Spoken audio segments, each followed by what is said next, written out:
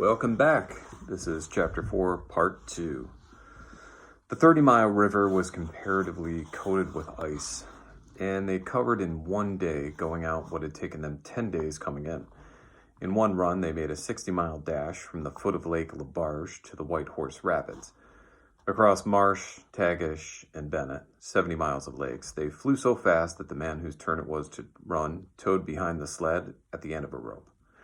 And on the last night of the second week, they topped White Pass and dropped down the sea slope with the lights of Skagway and of the shipping at their feet. It was a record run. Each day, for 14 days, they had averaged 40 miles. For 3 days, Perrault and Francois threw chests up and down the main street of Skagway and were deluged with invitations to drink, while the team was the constant center of a worshipful crowd of dog busters and mushers. Then, 3 or 4 Western bad men aspired to clean out the town, were riddled like timber boxes for their pains, and public interest turned to other idols. Next came official orders. Francois called Buck to him, threw his arms around him, wept over him, and that was the last of Francois and Perrault. Like other men, they passed out of Buck's life for good. A Scotch half-breed took charge of him and his mates, and in company with a dozen other dog teams, he started back over the weary trail to Dawson. It was no light running now, nor record time, but heavy toil each day, with a heavy load behind, for this was the mail train, carrying word from the world to the men who sought gold under the shadow of the pole. Buck did not like it, but he bore up well to the work, taking pride in it after the manner of Dave and Sol-leks, and seeing that his mates, whether they prided it or not, did their fair share. It was a monotonous life, operating with machine-like regularity. One day was very like another. At a certain time each morning, the cooks turned out, fires were built, and breakfast was eaten. Then, while some broke camp, others harnessed the dogs, and they were under way an hour or so before the darkness, which gave warning at dawn. At night, camp was made. Some pitched the flies, others cut firewood and pine boughs for the beds, and still others carried water or ice for the cooks. Also, the dogs were fed. To them, this was the one feature of the day, though it was good to loaf around, after the fish was eaten, for an hour or so with the other dogs, of which there were 50 and odd. There were fierce fights among them, but 3 battles with the fiercest brought Buck to mastery, so that when he bristled and showed his teeth, they got out of his way. Best of all, perhaps, he loved to lie near the fire, hind legs crouched under him, forelegs stretched out in front, head raised and eyes blinkingly dreaming at the flames.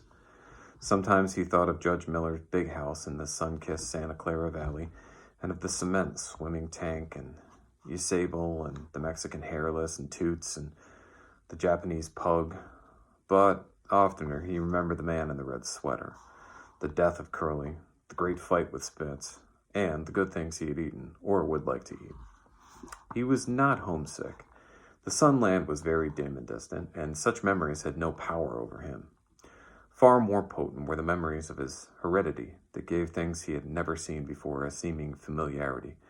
The instincts, which were but the memories of his ancestors, become habits, which had lapsed in later days, and still later in him quickened and became alive again. Sometimes, as he crouched there, blinking dreamily at the flames, it seemed that the flames were of another fire, and that he crouched by this other fire, he saw another indifferent man from the half-breed cook before him. This other man was shorter of leg and longer of arm, with muscles that were stringy and knotty, rather than rounded and swelling. The hair of this man was long and matted, and his head slanted back under it from the eyes. He uttered strange sounds and seemed very much afraid of the darkness, into which he peered continuously, clutching in his hand, which hung midway between knee and foot, a stick with a heavy stone made fast to the end. He was all but naked, a ragged and fire-scorched skin hanging partway down his back, but on his body there was much hair. In some places across the chest and shoulders and down the outside of the arms and thighs, it was matted into almost a thick fur. He didn't stand erect, but with trunk inclined forward from the hips on legs that bent at the knees.